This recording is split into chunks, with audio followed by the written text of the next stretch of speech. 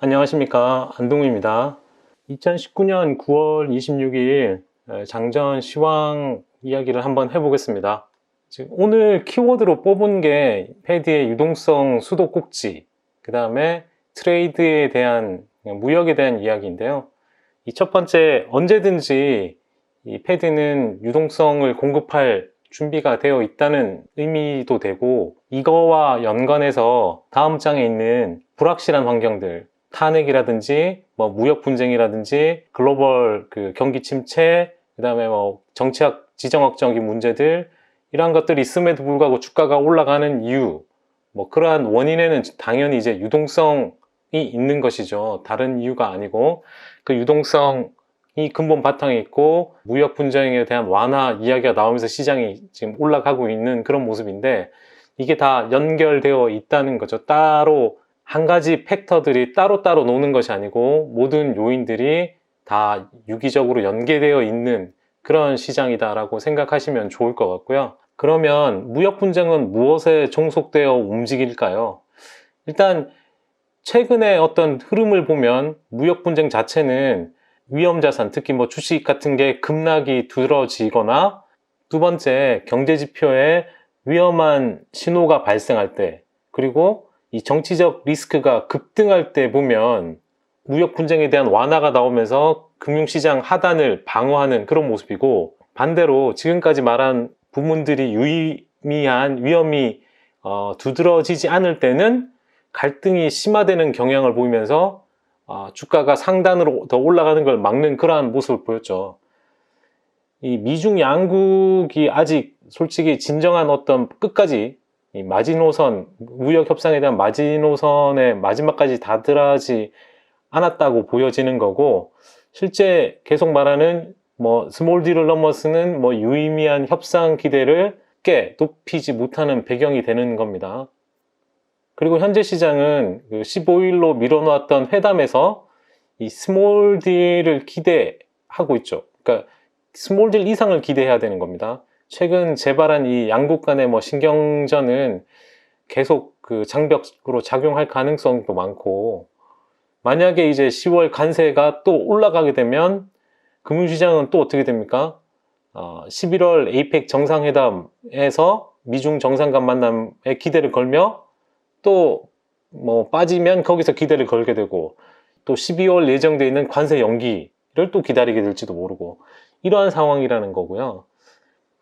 일단은 양국 간 대화 국면에 뭐 등락이 계속 있을 것 같고, 실제 이제 부과된 관세율은 그래도 계속 올라왔다는 점이라는 점은 조금 금융시장이 놓치고 있는 게 아닌가. 그리고 그러한 부담이 실물 경기에 시차를 두고 계속 부담을 주고 소비에도 이제 영향을 주고, 이러한 부분이 계속되었다는 점을 조금 우려해야 되고, 그리고 기업들의 구직자 비율이 탄력성이 떨어지고 있는 것도 좀 안 좋은 이야기고요. 그런 것들이 있다, 그렇게 봐주시면 좋을 것 같고, 그래서 그림상 아까 말씀드린 인베스팅닷컴의 그림이 잘 설명해주고 있는 거죠. 현 시장의 설명을 잘 해주고 있는데, 거기에는 제 유튜브에 올린 이 그림처럼 EPS는 그닥 그렇게 올라오지 못했는 상황인데도 불구하고 당연히 이제 PR이 배수가 높은 거죠. 유동성에 의한 배수가 높고요. 이러한 부분이 시장을 받치고 있다라고 보시면 좋습니다.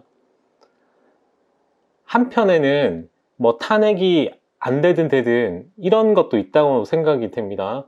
현재 역사상 이 지지율 50% 미만이었을 때, 1기 임기가 끝나는 타이밍에 지지율이 50% 미만으로 재선된 대통령은 없었다. 그렇기 때문에 현재 상황에서는 트럼프가 재선될 확률이 상당히 낮은 그런 흐름을 그림에서 보여주고 있다는 거죠. 다음은 차트 하나로 설명하는 건데요. 어제 아시다시피 무역 협상에 대한 뭐 진전 이야기가 또 나오면서 달러 인덱스가 99를 돌파, 터치를 하고 이 트렌드상 상단을 때리고 약간 꺾여 있는 그런 흐름이었죠.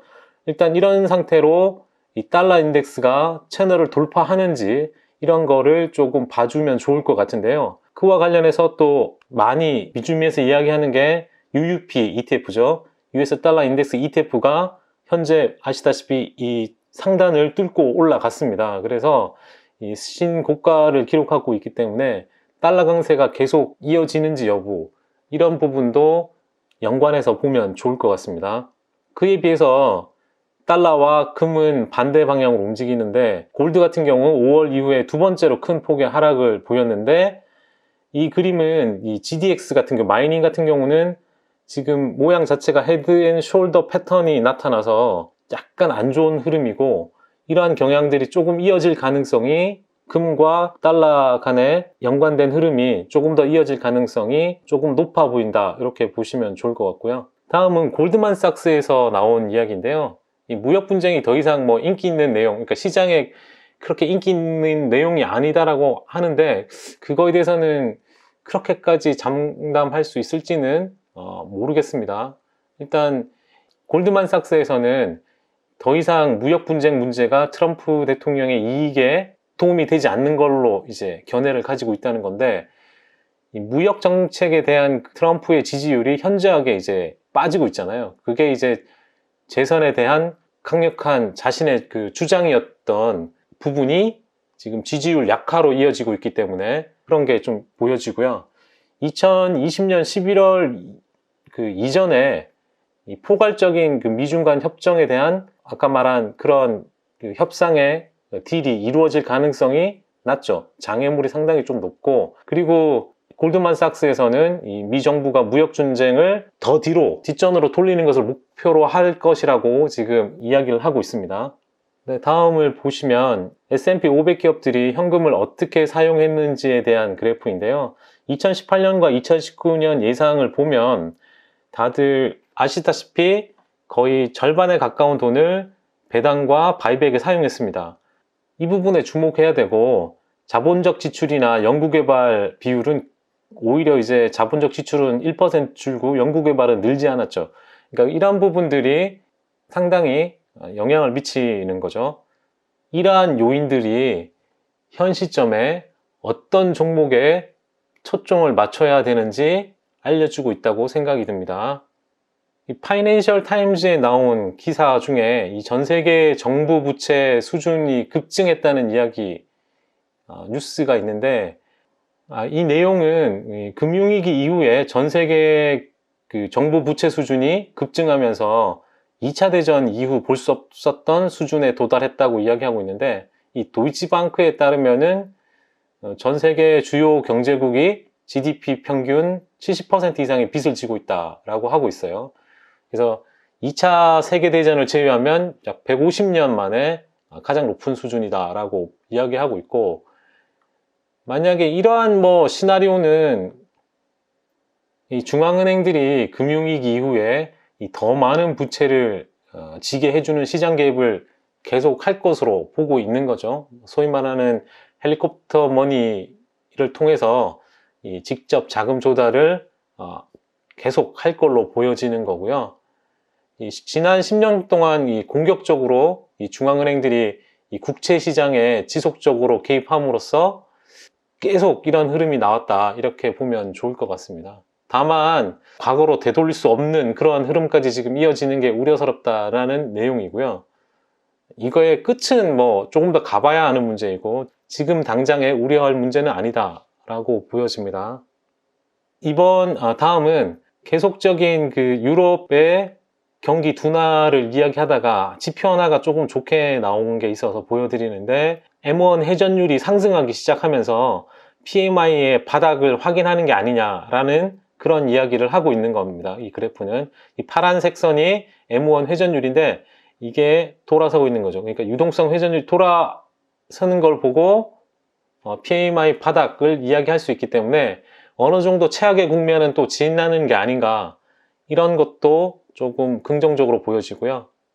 제가 보는 넷플릭스에 대한 관점은 지금까지는 장기 부채든 비유동성 부채든 유동성 부채든 부채를 일으켜서 컨텐츠 제작을 해서 어느 정도의 해자를 만들려고 노력은 했지만, 향후에 더 많은 부채를 일으켜서 이걸 만들어낼 수 있을까라는 우려가 있는 거죠.